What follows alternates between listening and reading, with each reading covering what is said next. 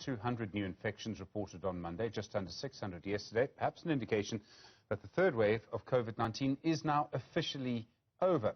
However, how do we keep the number of new cases as low as it is at the moment? Joined now by Professor Adrian Puren at the NICD. Professor Puren, good evening to you and thank you for your time. I suppose the first question to ask is, did the end of the third wave happen roughly as expected, or perhaps even slightly earlier, more quickly than was expected? I think, Stephen, this particular resurgence was really characterized by heterogeneity. So I think it's a bit difficult to say. I think if you look at Gauteng, for example, there was a really steep rise and then a really rapid decline. But then I think if you look at some of the other provinces, in particular the coastal provinces, there was certainly a prolonged period of infections. And if you think about Northern Cape and Free State, which have just now come out of the third wave, I think it's a bit of a mixed bag, if you like. But I think it was certainly a longer resurgence, and but not necessarily as quick as I think the second resurgence. Is it possible to know how long this period will last? So we have a relatively low number of new cases coming through every day. I mean, there's a bit of variation, but let's just say yes, under 1,000 cases. We have an election in 2 weeks' time, you might have heard. We've had some mass events as a result of that, and one mass event only for people who are vaccinated. Is it possible to predict at this stage how long this period of calm will last?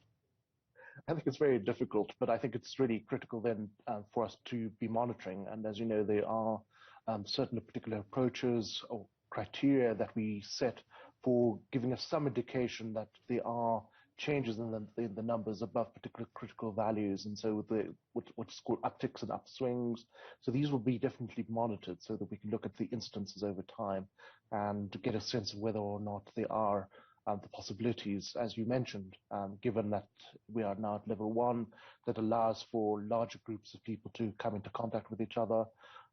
That certainly is of concern, of course, from a monitoring perspective. So I think we just need to keep an eye on whether these particular events are actually being monitored and that people are adherent to the non-pharmaceutical interventions, because I think those are still very critical.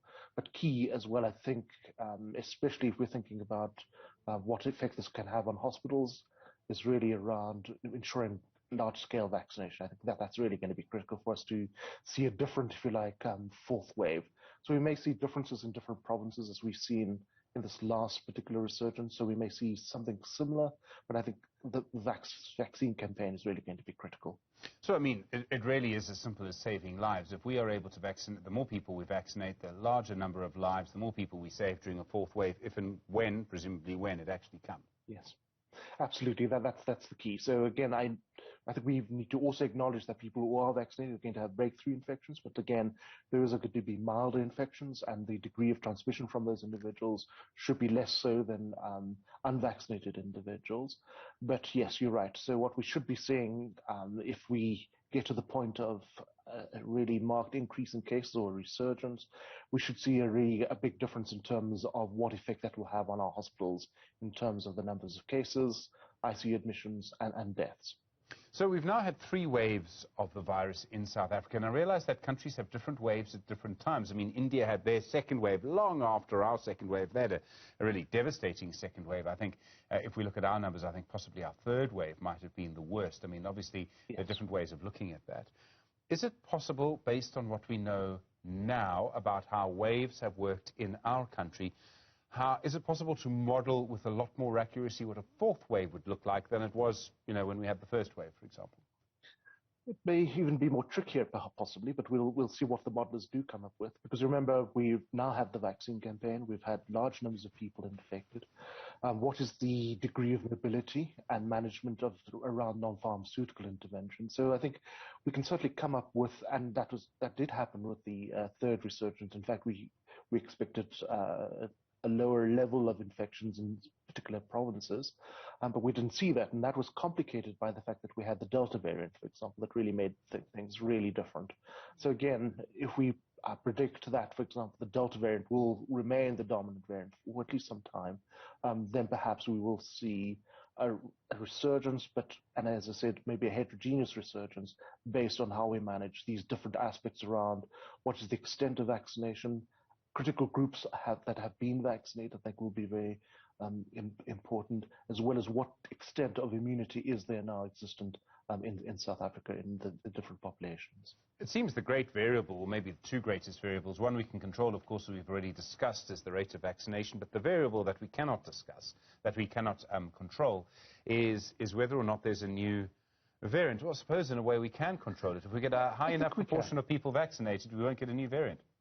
Absolutely. That's the key around managing variants, is really ensuring that we have a high degree, because the better vaccinated our population is, the less likely we're going to have transmission, and therefore the opportunities for variants to arise and be transmitted.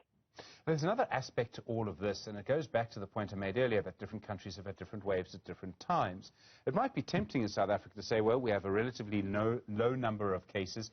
We're actually not going to let people into the country if they're going to bring the vaccine, if they're going to bring the virus in with them. I mean, I can't see how that would actually work. It hasn't really worked up until now. But I can see in some countries that might be a temptation for some politicians. It has been, as you know, a policy in particular countries. If you think of New Zealand and some other countries where they've actually have locked down, in other words, not allow people into the country. But you see what has happened in New Zealand, for example, where there are opportunities for people to enter. That in fact, and the Delta variant is now present in New Zealand, and so the thinking is now different, in the sense that, well, it's here, we need to adapt to it, and we need to vaccinate. And that's the key policy. And I think similarly within South Africa, I think we need to acknowledge that people are traveling. We're going to have some degree of exposure. We can try and control it as best we can. But I think really it's really around how we manage the current levels of vaccination. I think that's one of the key aspects anyway.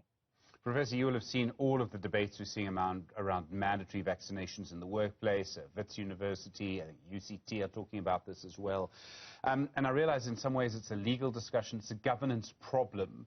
It's not just doctors alone. But I mean, do you have a view either way? Would you prefer to see maybe a practice of incentivizing vaccinations, you know, pre-entry into a Bafana game, for example? Yeah, I have mixed views about some of these particular approaches, because I think given, as you made a comment about the extent of vaccination in our community so far is about, I think, a third or less that have been vaccinated. So I think our focuses certainly can focus on so-called mandatory requirements or incentives, but I think the biggest real focus is trying to target those particular age groups that need to be vaccinated, because in that context, I think perhaps incentives may not be the appropriate approach, or it may be a difficult approach given the particular age categories. So I think there needs to be a nuanced approach across the age categories in terms of trying to vaccinate as many people as possible. And that may include, for example, certain mandatory approaches or incentives. But I think it needs to be nuanced and not just one simple approach. Yeah.